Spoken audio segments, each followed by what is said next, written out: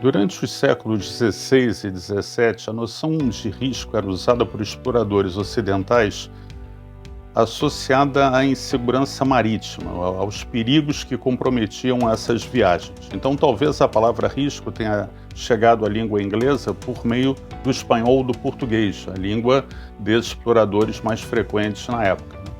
A noção de risco estava atrelada, então, a uma decisão de se expor a uma situação com possibilidade de perda. Algo que podia afetar a empreitada, mas que não seria ocasionado por uma conduta humana indevida. O risco era um evento natural, ou seja, uma força da natureza, uma tempestade, um dos desígnios de Deus, e excluía a ideia de falha ou de responsabilidade humana. Então, inicialmente, o risco trazia uma noção de espaço. A noção de tempo foi incluída quando adotada pelo sistema bancário, o que é fundamental para o cálculo das consequências de investimento.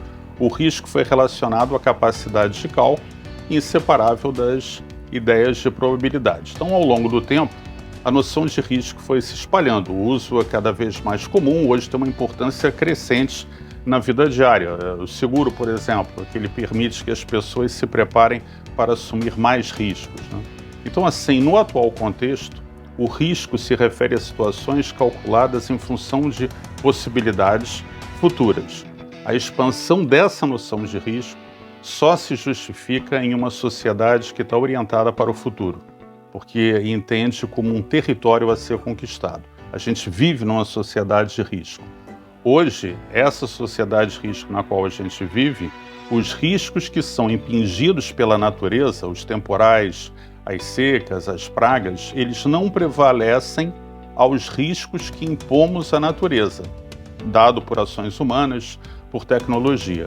Então, assim, o risco nos revela as condições de probabilidades estimadas que existem para que algo ocorra.